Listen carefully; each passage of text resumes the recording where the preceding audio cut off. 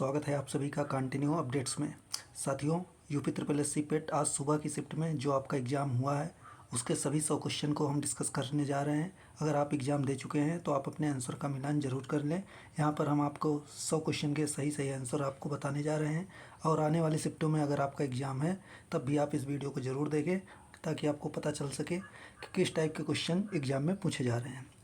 तो पहला क्वेश्चन है आपका, हड़प्पा सभ्यता किस युग से संबंधित है? तो इसका जो सही उत्तर हो जाएगा आपका हो जाएगा कांस्य युग।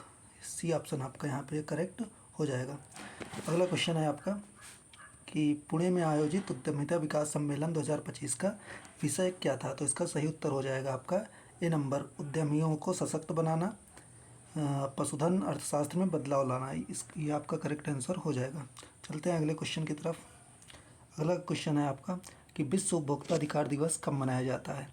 तो विश्व उपभोक्ता अधिकार दिवस आपका 15 मार्च को मनाया जाता है, यानी डी ऑप्शन आपका यहाँ पे करेक्ट हो जाएगा।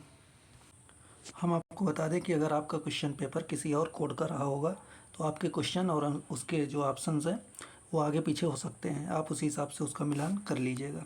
चलते हैं अगले क्वेश्चन की तरफ। 4 नंबर क्वेश्चन है कि प्रश्न हुआ जिसका कोई सदस्य सदन में मौखिक उत्तर चाहता है और जिसे तारांकित चिन्ह द्वारा पहचाना जाता है। तो इसका सही उत्तर हो जाएगा तारांकित प्रश्न, यानी बी ऑप्शन आपका करेक्ट हो जाएगा। चलते हैं अगले क्वेश्चन की तरफ। 5 नंबर क्वेश्चन है आपका कि कांगटो भारत की सबसे ऊंची चोटियों में से एक है जो किस राज्य में स्थित है? तो ये स्थित है आपका अरुणाचल प्रदेश में, यानी बी ऑप्शन आपका यहाँ पे करेक्ट हो जाएगा। अगला क्वेश्चन आया है आपका कि महावीर ने निम्नलिखित में से किस स्थान पर मोक्ष प्राप्त किया? तो इसका जो सही उत्तर हो जाएगा वो हो जाएगा पावापुरी, यानी सी ऑप्शन आपका यहाँ पे करेक्ट हो जाएगा। अगला क्वेश्चन है कि एशियाई खेल कितने वर्षों में एक बार आयोजित होते हैं? तो एशियाई खेल आपका 4 वर्षों में एक बार आयोजित किया जाता है। जो पिछला एशियाई खेल 2022 में आयोजित किया गया था, अब अगला वाला जो है आपका 2026 में आयोजित किया जाएगा, यानी सी ऑप्शन आपका यहाँ पे करेक्ट हो जाएगा। चलते हैं अगले क्वेश्चन की तरफ। अगला क्वेश्चन आपका हिंदी के गद्यांश से है, तो गद्यांश पढ़ के आपको उत्तर देना है। तो इसका जो सही उत्तर हो जाएगा 8 नंबर का कि आनंद की श्रेणी में ऐसी कोई शुद्ध मनोविकार नहीं है जो पात्र की हानि की उत्तेजना करे, पर दुख की श्रेणी में ऐसा मनोविकार है जो पात्र की। तो इसका जो सही उत्तर हो जाएगा वो ए ऑप्शन आपका हो जाएगा, यानी भलाई आपका सही उत्तर हो जाएगा। अगला क्वेश्चन है कि दुख की श्रेणी में प्रवृत्ति के विचार से करुणा का उल्टा क्या हो सकता है? तो इसका जो सही उत्तर हो जाएगा 9 नंबर का डी ऑप्शन, यानी क्रोध आपका सही उत्तर हो जाएगा। चलते हैं अगले क्वेश्चन की तरफ। 10 नंबर क्वेश्चन है कि किसी पर प्रसन्न होकर भी लोग उसकी भलाई करते हैं, इस प्रकार पात्र की भलाई की उत्तेजना किन श्रेणियों में रखी जाती है? तो इसका जो सही उत्तर हो जाएगा बी ऑप्शन आपका करेक्ट हो जाएगा, दुख और आनंद दोनों की। अब आप ज़रूर हमें कमेंट बॉक्स में नीचे बताइएगा कि आपके कितने क्वेश्चन टोटल सही हो रहे हैं।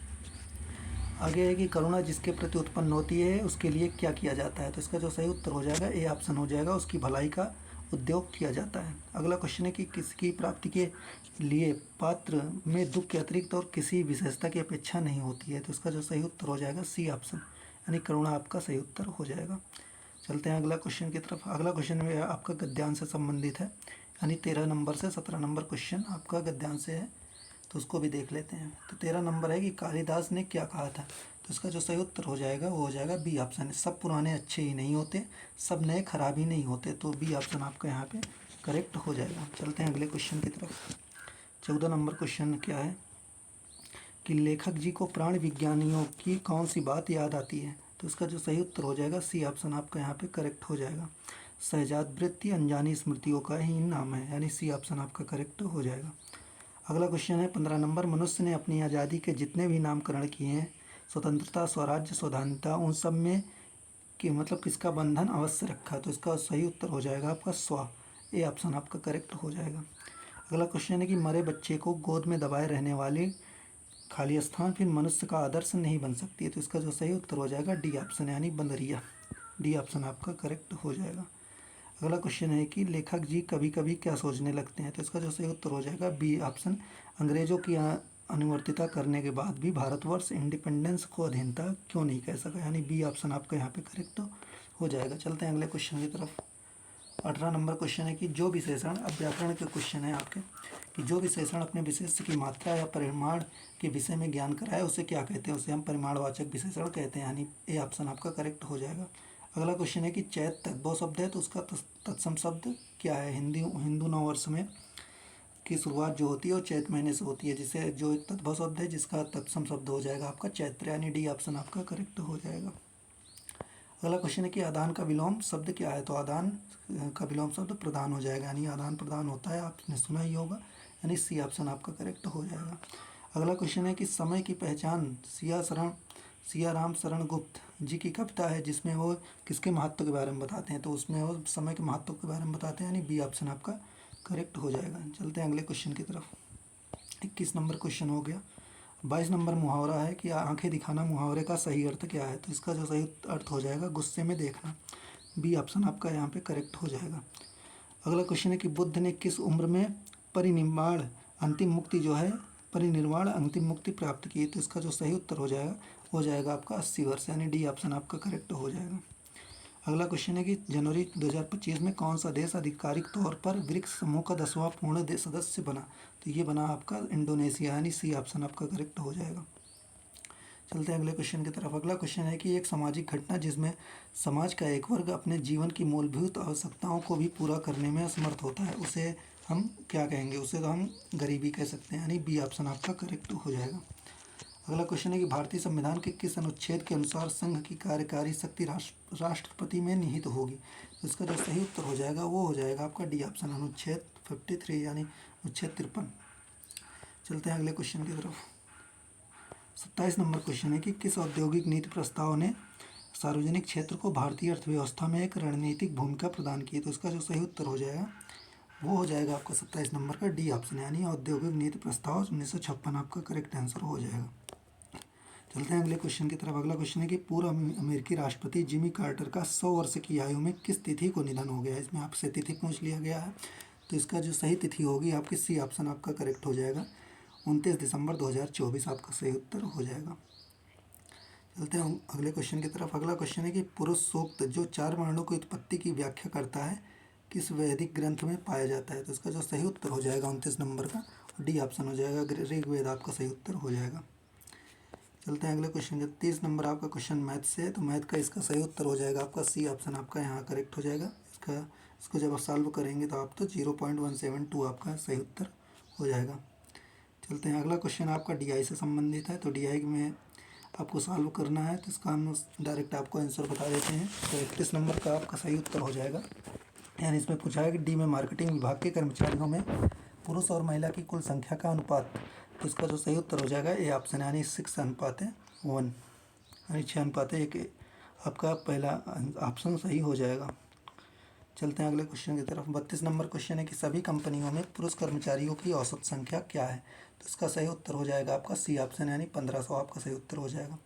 अगला क्वेश्चन है कि सभी कंपनियों में फाइनेंस विभाग में महिला कर्मचारियों की औसत संख्या क्या है, तो इसका सही उत्तर हो जाएगा 470, ए ऑप्शन आपका करेक्ट हो जाएगा। 34 नंबर क्वेश्चन है कि यह डीआई से संबंधित है कि सभी कंपनियों में मार्केटिंग विभाग और पुरुष और महिला कर्मचारियों के बीच क्या अंतर है, तो इसका सही उत्तर हो जाएगा ए ऑप्शन 1680 आपका करेक्ट हो जाएगा। 35 नंबर लास्ट क्वेश्चन है डीआई का कि सीआई में मतलब सी में फाइनेंस विभाग में पुरुष कर्मचारियों की संख्या, डी में मार्केटिंग विभाग के कर्मचारियों की कुल संख्या का लगभग प्रतिशत पूछा है, तो इसका सही उत्तर हो जाएगा बी ऑप्शन 43%, आपका बी ऑप्शन करेक्ट हो जाएगा। चलते हैं अगले क्वेश्चन की तरफ। अगला क्वेश्चन है कि अर्थव्यवस्था के अधिशेष को अंतिम उपयोगकर्ताओं तक पहुंचाने और स्थानांतरित करने के लिए निम्नलिखित में से कौन सा माध्यम कार्य करता है, तो इसका सही उत्तर हो जाएगा आपका वित्तीय संस्थान, यानी बी ऑप्शन आपका करेक्ट हो जाएगा।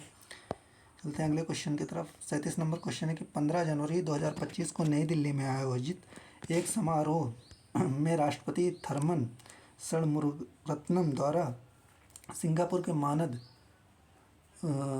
नागरिक पुरस्कार से किसे सम्मानित किया गया, तो इसे सम्मानित किया गया तरुण दास जी को, यानी सी ऑप्शन आपका करेक्ट हो जाएगा। अगला क्वेश्चन है कि आदि पुराण किस तीर्थंकर की संत चरित संग्रह है, तो ये आपका है आदिनाथ, यानी डी ऑप्शन आपका करेक्ट हो जाएगा। अगला क्वेश्चन है कि फ्यूचर मिनरल्स फोरम 2025 कहाँ आयोजित किया गया, तो इसका सही उत्तर हो जाएगा डी ऑप्शन रियाद, सऊदी अरब, आपका सही उत्तर हो जाएगा। चलते हैं अगले क्वेश्चन की तरफ। अगला क्वेश्चन 40 नंबर है कि सबसे बड़ी 3 अंकों की संख्या और सबसे छोटी 2 अंकों की संख्या के बीच का अंतर क्या है, तो इसका जो सही उत्तर हो जाएगा ए ऑप्शन, यानी 989 आपका सही उत्तर हो जाएगा। अगला क्वेश्चन आपका मैथ से है कि इसमें 45 या रूट 49 माइनस 1 में कौन सा आपका बड़ा है, ये आपको बताना है। तो इसका सही उत्तर हो जाएगा ए ऑप्शन, यानी रूट 45 आपका बड़ा है, यानी ए ऑप्शन आपका करेक्ट हो जाएगा। अगला क्वेश्चन है कि काम के बदले अनाज कार्यक्रम का पुनर्गठन किया गया और अक्टूबर 1980 में इसका नाम बदलकर क्या कर दिया गया। तो इसका जो सही उत्तर हो जाएगा बी ऑप्शन, राष्ट्रीय ग्रामीण रोजगार कार्यक्रम आपका सही उत्तर हो जाएगा। चलते हैं अगले क्वेश्चन की तरफ। 43 नंबर क्वेश्चन है कि देखनी किस भारतीय राज्य का पारंपरिक नृत्य है। तो देखनी जो है आपका गोवा का पारंपरिक नृत्य है, यानी ए ऑप्शन आपका करेक्ट हो जाएगा। अगला क्वेश्चन है कि बंगाल ब्रिटिश इंडिया सोसाइटी की स्थापना कब हुई। तो इसकी स्थापना जो है आपकी हुई है, डी ऑप्शन का करेक्ट हो जाएगा, 20 अप्रैल 1843 ईस्वी, डी ऑप्शन आपका इसमें करेक्ट हो जाएगा। चलते हैं अगले क्वेश्चन की तरफ। अगला क्वेश्चन आपका फिर से डीआई से संबंधित है। तो डीआई का इसका सही उत्तर हम आपको बता देते हैं कि 45 नंबर में क्वेश्चन है कि तेजा द्वारा उत्पादित औसत फसलें ज्ञात करें। तो इसका जो सही उत्तर हो जाएगा बी ऑप्शन हो जाएगा 574। चलते हैं अगले क्वेश्चन की तरफ। अगला क्वेश्चन है कि किस किसान ने तीसरी सबसे कम फसलें उगाई। तो इसका सही उत्तर हो जाएगा बी, तेजा। अगला क्वेश्चन है कि सभी किसानों द्वारा उत्पादित कुल सरसों और कुल गेहूं के बीच अनुपात ज्ञात करें। तो इसका जो सही उत्तर हो जाएगा ए ऑप्शन, 397 अनुपात 284। चलते हैं अगले क्वेश्चन की तरफ। अगला क्वेश्चन है कि रोशन द्वारा उत्पादित कुल फसलें भार्गव द्वारा उत्पादित कुल फसलों का लगभग कितना प्रतिशत है। तो इसका जो सही उत्तर हो जाएगा 48 नंबर का, उसी ऑप्शन आपका करेक्ट हो जाएगा, यानी 97%। चलते हैं अगले क्वेश्चन की तरफ। अगला क्वेश्चन है आपका कि सभी दिए गए किसानों द्वारा उत्पादित राई और जई के औसत के बीच का अंतर ज्ञात करना है। तो इसका सही उत्तर हो जाएगा आपका 192, यानी डी ऑप्शन आपका करेक्ट हो जाएगा। अगला क्वेश्चन आपका फिर जीएस से है कि लंदन में ईस्ट इंडियन एसोसिएशन की स्थापना किसके द्वारा की गई थी। तो ये आपका दादा भाई नौरोजी हो जाएगा, बी ऑप्शन आपका करेक्ट हो जाएगा। ये आपके 50 क्वेश्चन हो गए, 50 क्वेश्चन और बचे हैं, उसको भी जल्दी जल्दी हम देख लेते हैं। अगला क्वेश्चन है कि लीबिया की राजधानी क्या है। तो लीबिया की राजधानी आपका हो जाएगा त्रिपोली, यानी सी ऑप्शन आपका करेक्ट हो जाएगा। अगला क्वेश्चन है कि विजय स्तंभ कहाँ स्थित है। तो विजय स्तंभ आपका चित्तौड़गढ़ राजस्थान में स्थित है, यानी डी ऑप्शन यहाँ पे आपका करेक्ट हो जाता है। अगला क्वेश्चन है कि जैविक विविधता संशोधन अधिनियम 2023 कब लागू हुआ। तो इसका जो सही उत्तर हो जाएगा 53 नंबर का हो जाएगा, सी ऑप्शन है, 1 अप्रैल 2024 को लागू हुआ। चलते हैं अगले क्वेश्चन की तरफ। अगला क्वेश्चन आपका मैथ से है कि यदि x और y सहाभाज्य है तो उनका एलसीएम क्या है। तो उनका एलसीएम हो जाएगा आपका, सी ऑप्शन करेक्ट हो जाएगा, XY। चलते हैं अगले क्वेश्चन की तरफ। अगला क्वेश्चन है आपका कि अविकसित अर्थव्यवस्था का अर्थ था। तो इसका जो सही उत्तर हो जाएगा 55 नंबर का, बी ऑप्शन, वे देश जहाँ प्रति व्यक्ति वास्तविक आय कम है, ये आपका विकसित अर्थव्यवस्था में आता है। तो चलते हैं अगले क्वेश्चन की तरफ। अंतर्राष्ट्रीय श्रम संगठन का मुख्यालय कहाँ है। तो ये आपका मुख्यालय जिनेवा में है, ये ऑप्शन आपका करेक्ट हो जाएगा। चलते हैं अगले क्वेश्चन की तरफ। अगला क्वेश्चन 58 नंबर क्वेश्चन आपका इंग्लिश से है। Choose the one word substitution from the 5 option given below. तो एयरक्राफ्ट का आप एक group of person working on a ship और एयरक्राफ्ट। तो इसका जो सही उत्तर हो जाएगा क्रू, यानी ए ऑप्शन आपका यहाँ पे करेक्ट हो जाएगा। चलते हैं अगले क्वेश्चन की तरफ। अगला क्वेश्चन भी आपका इंग्लिश से ही है कि choose the right answer from the 5 option. तो इसमें है कि Rama garden in the B में। तो इसका जो सही उत्तर हो जाएगा वो हो जाएगा 59 नंबर का आपका, डी ऑप्शन आपका यहाँ पे करेक्ट हो जाएगा कि रामा में बी इन द गार्डन, यानी डी ऑप्शन आपका करेक्ट हो जाएगा। चलते हैं अगले क्वेश्चन। अगला क्वेश्चन आपको पैराग्राफ से संबंधित है। तो पैराग्राफ पढ़ के आपको आंसर देना है। तो इसका सही उत्तर हो जाएगा according to the passage how can individuals start improving time management. तो इसका सही उत्तर सी ऑप्शन हो जाएगा आपका, by creating to do list and avoiding distraction, C option आपका करेक्ट हो जाएगा। और 61 नंबर क्वेश्चन है कि what is the main purpose of the passage. Passage का मेन पर्पज आपसे पूछा गया है। तो इसका जो सही उत्तर हो जाएगा वो हो जाएगा ए ऑप्शन आपका यहाँ पे करेक्ट हो जाएगा, to highlight the importance of time management. आपका सही उत्तर ए ऑप्शन हो जाएगा। ये सारे इंग्लिश का क्वेश्चन रहे। तो चलिए आगे और क्वेश्चन जो है उनको देख लेते हैं। आगे है कि यदि +4D शक्ति का एक उत्तल लेंस है। तो इसका ये साइंस से संबंधित फिजिक्स का क्वेश्चन आपसे पूछ लिया गया है। तो इसका सही उत्तर हो जाएगा -6, यानी ए ऑप्शन आपका करेक्ट हो जाएगा। चलते हैं अगले क्वेश्चन की तरफ। अगला क्वेश्चन है कि यदि 1 जनवरी 2001 को सोमवार था तो 31 दिसंबर 2001 को सप्ताह का कौन सा दिन था। तो इसका सही उत्तर हो जाएगा सोमवार, यानी यदि 1 जनवरी 2001 को सोमवार था तो लास्ट दिन भी वही दिन होगा। तो सोमवार आपका हो जाएगा, सी ऑप्शन आपका करेक्ट हो जाएगा। शिकागो में धर्म संसद का आयोजन किस वर्ष हुआ? तो इसका सही उत्तर हो जाएगा 1893, यानी बी ऑप्शन आपका करेक्ट हो जाएगा। चलते हैं अगले क्वेश्चन की तरफ। अगला क्वेश्चन है आपका कि 5 जनवरी 2025 को भारतीय तटरक्षक बल के लिए निम्नलिखित में से किस शिपयार्ड द्वारा 200 रूप से डिजाइन और निर्मित तीव्र गश्ती पोत अमूल्य और अच्छे लॉन्च किए गए? तो इसका सही उत्तर हो जाएगा आपका डी ऑप्शन आपका करेक्ट हो जाएगा, Goa shipyard limited. D option आपका यहाँ पे करेक्ट हो जाएगा।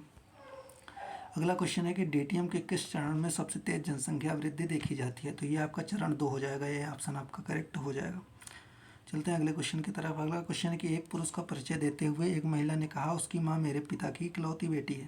तो पुरुष का महिला से क्या संबंध है? तो पुरुष का महिला से बेटा का संबंध हो जाएगा, नहीं बी ऑप्शन आपका करेक्ट हो जाएगा। चलते हैं अगले क्वेश्चन की तरफ। अगला क्वेश्चन है कि देश के पर्यावरण का संरक्षण और सुधार तथा वनों और वन्य जीवन की सुरक्षा के अंतर्गत कौन से अनुच्छेद के अंतर्गत आती है? तो इसका सही उत्तर हो जाएगा आपका डी ऑप्शन आपका करेक्ट हो जाएगा। डी ऑप्शन आपका है कि अनुच्छेद 48 से आपका सही हो जाएगा। चलते हैं अगले क्वेश्चन की तरफ। अगला क्वेश्चन है कि नई दिल्ली में आयोजित इंडिया ओपन बैडमिंटन 2025 में पुरुष एकल का खिताब किसने जीता? तो इसका जो सही उत्तर हो जाएगा वो हो जाएगा ए ऑप्शन आपका विक्टर एक्सेलेंसन, आपका ए ऑप्शन आपका करेक्ट हो जाएगा। चलते हैं अगले क्वेश्चन की तरफ। अगला क्वेश्चन है कि अनुशीलन समिति का मुख्यालय कहाँ है? तो इसका मुख्यालय आपका है कलकत्ता में, यानी बी ऑप्शन आपका करेक्ट हो जाएगा। अगला आपसे मैथ से आसान सा क्वेश्चन पूछा गया कि 2/5% के रूप में क्या है? तो ये आपका 40% हो जाएगा, ए ऑप्शन आपका करेक्ट हो जाएगा। अगला क्वेश्चन है कि चंद्रयान 3 किस वर्ष प्रक्षेपित किया गया था? तो आप जानते हैं कि चंद्रयान 3 का प्रक्षेपण आपका 2023 में हुआ था। चलते हैं अगले क्वेश्चन की तरफ। अगला क्वेश्चन है कि भारत के पश्चिम में कौन सा सागर स्थित है? तो भारत के पश्चिम में आपका अरब सागर स्थित है, बी ऑप्शन आपका करेक्ट हो जाएगा। अगला क्वेश्चन है कि आसिया का प्रीमियर खाद्य एवं पेय व्यापार प्रदर्शन इंडस फूड 2025 का 8वां संस्करण कहाँ आयोजित किया गया था? तो इसका जो सही उत्तर हो जाएगा C option India exposition model limited greater Noida में। चलते हैं अगले क्वेश्चन की तरफ। 75 नंबर क्वेश्चन है कि एसिड का किस पदार्थ में बने बर्तनों में संग्रहित किया जाता है? तो इसका जो सही उत्तर हो जाएगा 75 नंबर का सी, कांच और सिरेमिक, यानी सी ऑप्शन आपका करेक्ट हो जाएगा। 76 नंबर क्वेश्चन है कि भारत का संविधान पहली बार 1928 में किसके द्वारा तैयार किया गया था? तो इसका सही उत्तर हो जाएगा आपका ए ऑप्शन मोतीलाल नेहरू। अगला क्वेश्चन है आपका 77 नंबर क्वेश्चन है कि भारत के विभाजन को ब्रिटिश सरकार द्वारा स्वीकार किए जाने की घोषणा किसने की थी? तो ये आपका लॉर्ड माउंटबेटन ने की थी, यानी ए ऑप्शन आपका करेक्ट हो जाएगा। चलते हैं अगले क्वेश्चन की तरफ। निम्नलिखित में से सर्वथा भिन्न ज्ञात कीजिए। तो सर्वथा भिन्न इसमें आपका पारा हो जाएगा, यानी ए ऑप्शन आपका जो है करेक्ट हो जाएगा, यानी पारा आपका सही उत्तर हो जाएगा। अगला क्वेश्चन है कि भारत पाकिस्तान ने वर्ष 1960 में एक संधि पर हस्ताक्षर किए, उस संधि का नाम है? तो वो संधि आप जानते हैं कि इंडस वाटर ट्रीटी, यानी सिंधु जल संधि, यानी सी ऑप्शन आपका करेक्ट हो जाएगा।